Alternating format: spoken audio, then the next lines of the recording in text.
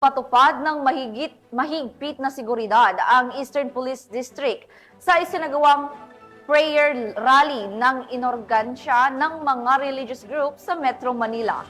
Ang report mula kay Patrolwoman Jenny May Dolor. Mahigpit ang seguridad na ipinatupad ng Eastern Police District sa isinagawang prayer rally na inorganisa ng mga religious group o mga clergy. Madaling araw pa lamang ng January 31, 2025 ay agad naghanda ang mga pulis ng EPD para magbigay seguridad sa gaganaping prayer rally sa People's Power Monument sa EDSA. Pagdating sa nasabing lugar ay agad na tinipon ang mga pulis ng Eastern Police District at sila ay binigyang paalala ng kanilang team leader sa kanilang mga dapat gawin. Samantala, nag-deploy din ang ibang police district ng dagdag na seguridad sa nasabing kaganapan. Mga bandang 2:00 ng hapon ay sunod-sunod na ang mga pagdating ng mga taong makikilahok sa prayer rally.